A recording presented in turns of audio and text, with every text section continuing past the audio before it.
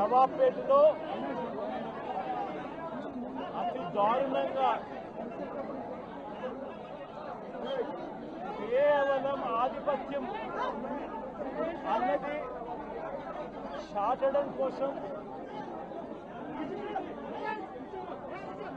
ఒక పథకం ప్రకారం అక్కడ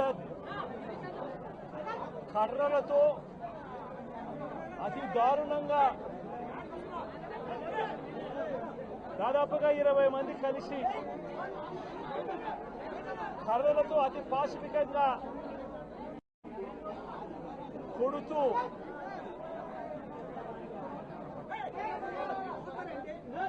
చివరికి హాస్పిటలైజ్ అయి తీవ్రమైన దెబ్బలతో వాళ్ళ హాస్పిటల్లో ఉంటే ఏం సాధిస్తా ఉన్నారు చంద్రబాబు నాయుడు గారిని అడుగుతా ఉన్నాను. మీరు చేసే ఈ కిరాతకాలు, ఈ దారుణాలు వాళ్ళ ప్రజలేమన్నా భయపడతారనుకుంటున్నారా? ఎవరు భయపడరు. ఇది ఇంకా కోపంగా మారుతుంది. ఇది ఇంకా కోపంగా మారి చంద్రబాబు నాయుడు గారిని, తెలుగుదేశం పార్టీని రెండింటినీ కూడా బంగాళాఖాతంలో కలిపే పరిస్థితులు కూడా దారితీస్తాయి. మామూలుగా కొత్త ప్రభుత్వం వస్తే ఆ ప్రభుత్వం మీద వ్యతిరేకత రావడానికి కాస్త కూస్త టైం పడుతుంది. కానీ మొట్టమొదటిసారిగా చూస్తా ఉన్నాం చంద్రబాబు నాయుడు గారి మీద వ్యతిరేకత అన్నది చాలా ఫాస్ట్ గా పెరిగిపోతా ఉంది. నిజంగా ముఖ్యమంత్రిగా ఉన్న వ్యక్తి గవర్నెన్స్ మీద ఫోకస్ పెట్టాల్సింది పోయి ఏం చేస్తా ఉన్నాడు అన్నది ఒక్కసారి తనను తాను ప్రశ్నించుకోవాలి అని అడుగుతా ఉన్నా. ఈరోజు రైతులకు సంబంధించి వ్యవసాయం పూర్తిగా ముమ్మరంగా సాగుతా ఉన్న పరిస్థితుల్లో రైతులకు తాను హామీ ఇచ్చిన మేనిఫెస్టోలో తాను చెప్పిన హామీ రైతులకు 20,000 రూపాయలు పెట్టుబడి సహాయంగా ఇస్తానని చెప్పి రైతులకు ఎగరగొట్టేశాడు. ఇవ్వాల్సిన రైతు భరోసా సొమ్మును కూడా ఇవ్వకుండా, ఎక్కువ చేసి ఇస్తానన్న రైతు భరోసా సొమ్మును కూడా ఇవ్వకుండా రైతులకు మోసం చేశాడు. పిల్లలు బడులకు పోతా ఉన్నారు. ఎంతమంది పిల్లలు బడులకు పోతా ఉన్నారు అన్నది అందరికీ తెలిసిన లెక్కలే. ప్రతి సచివాలయంలోనూ ఎంప్లాయీస్ ఉన్నారు, మండల ఎడ్యుకేషన్ ఆఫీసర్లు ఉన్నారు. అయినా కూడా తల్లులను మోసం చేస్తూ అమ్మఒడి ఎగరగొట్టేశారు. ప్రతి పిల్లాడికి ఇస్తాను అని ఎన్నికలప్పుడు చెప్పిన హామీ నీకు 15,000, నీకు 15,000, నీకు 15,000, నీకు 15,000 అని చెప్పి ఆ ప్రతి పిల్లాడిని చూపించి ఇస్తాము అని చెప్పి ఆ పిల్లలను మోసం చేశారు. ప్రతి అక్క చెల్లెమ్మలను మోసం చేశారు. తల్లులకు అమ్మఒడి ఇస్తామని తల్లుల దగ్గర నుంచి మొదలెడితే ప్రతి తల్లికి 18 సంవత్సరాలు నిండిన ప్రతి అమ్మాయికి, ప్రతి అక్కకు, ప్రతి చెల్లెమ్మకు నెలకు 1,500 రూపాయలు ఇస్తామని చెప్పి వాళ్ళను మోసం చేశారు. ఈరోజు ఫీజు రీయింబర్స్మెంట్ తీసుకుంటా ఉన్న పిల్లలు జనవరి, ఫిబ్రవరి, మార్చి క్వార్టర్ ఫీజులు రాలా. ఏప్రిల్, మే, జూన్ ఫీజులు, 2వ క్వార్టర్ కూడా ఫీజులు రాలా. పిల్లలు చదువుకునేదానికి కూడా ఇబ్బంది పడే పరిస్థితిలోకి, ఫీజులు కట్టలేని పరిస్థితిలోకి కాలేజ్ యాజమాన్యాలు ఫీజులు అడుగుతా ఉన్న పరిస్థితిని ఈరోజు చూస్తా ఉన్నాం. పిల్లలకు వసతి దీవెన ఎగరగొట్టేశారు. అక్క చెల్లెమ్మలకు సున్నా వడ్డీ కూడా రావాల్సిన సున్నా వడ్డీ కూడా మామూలుగా ఏప్రిల్లో రావాల్సింది అది ఎగరగొట్టేశారు. ఇవన్నీ కూడా వైఎస్ఆర్ కాంగ్రెస్ పార్టీ ఉన్నప్పుడు, జగన్ ముఖ్యమంత్రిగా ఉన్నప్పుడు క్రమం తప్పకుండా క్యాలెండర్ ఇచ్చి ప్రతి ఒక్కరిని కూడా ఆదుకుంటూ వస్తా ఉన్న పరిస్థితి. అమ్మఒడి అయితేనేమి, రైతు భరోసా అయితేనేమి, విద్యా దీవెన అయితేనేమి, వసతి దీవెన అయితేనేమి, సున్నా వడ్డీ అయితేనేమి, మత్స్యకాల భరోసా అయితేనేమి, ఇవన్నీ కూడా ప్రజలు మాకెందుకు ఇంకా ఇవ్వలేదు అని చెప్పి ప్రజలు అడుగుతా ఉన్నారు. వారి గురించి పట్టించుకోకుండా,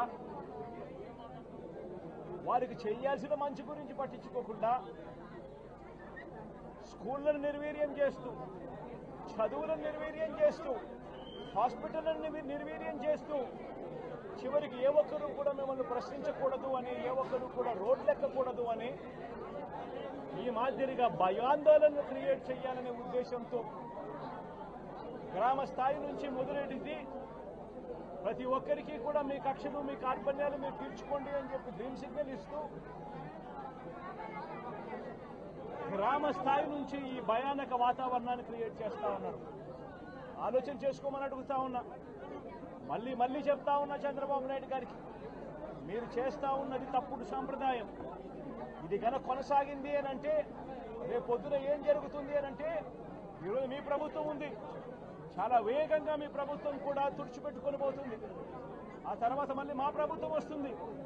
ఆ తప్పుడు మా ప్రభుత్వం వచ్చినప్పుడు కార్యకర్తలు నేను వద్దు అని చెప్పినా కూడా వినకుండా ఆ కార్యకర్తలు చంద్రబాబు నాయుడు గారి తెలుగుదేశం పార్టీ వాళ్ళందరికీ కూడా బుద్ధి చెప్పే పరిస్థితి కూడా చంద్రబాబు నాయుడు గారు బీజం వేస్తా ఉన్నారు ఈరోజు.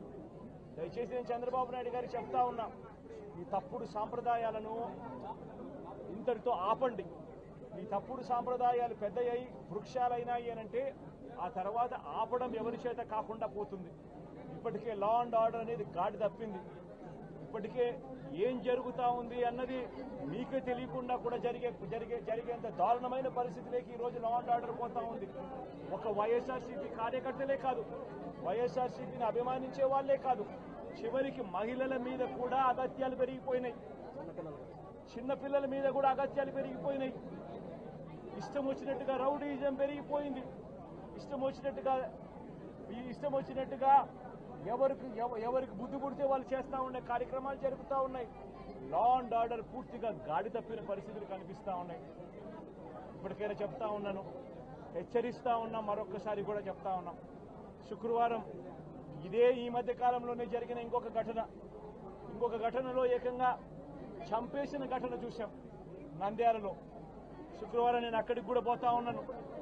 ఆ ఘటనను కూడా ఒకసారి రాష్ట్రం దృష్టికి, దేశం దృష్టికి కూడా తీసుకొని పోయే ప్రయత్నంలో భాగంగా అక్కడికి కూడా వెళ్లి జరిగిన అగాత్యం, జరిగిన అన్యాయం అక్కడ కూడా హైలైట్ చేసే కార్యక్రమం కూడా చేస్తాం. ఖచ్చితంగా హైకోర్టు తలుపులు తడతాం, అవసరమైతే సుప్రీంకోర్టు తలుపులు కూడా తడతాం. ఇప్పటికే ప్రధాన రాజకీయ పక్షాలన్నింటికీ కూడా రాష్ట్రంలో జరుగుతా ఉన్న అన్యాయాల గురించి వివరించడం జరిగింది. ఇక హైకోర్టు, సుప్రీంకోర్టు గడపలు కూడా గట్టిగా వాళ్ళ తలుపులు కూడా కొట్టే కార్యక్రమాలు గట్టిగా చేస్తాం. రాష్ట్రంలో జరుగుతా ఉన్న ఈ అన్యాయాలు, ఈ ఆక్రందనల మీద ఎందుకు ప్రెసిడెంట్ రూల్ విధించకూడదు అని చెప్పి కూడా గట్టిగా వాళ్ళని అడిగే కార్యక్రమం కూడా చేస్తాం. గవర్నర్ గారిని కూడా ఈ విషయంలో కలగజేసుకోవాల్సిన అవసరం ఉంది అని చెప్పి కూడా గవర్నర్ గారిని కూడా ఈ సందర్భంగా విన్నపిస్తా ఉన్నాం.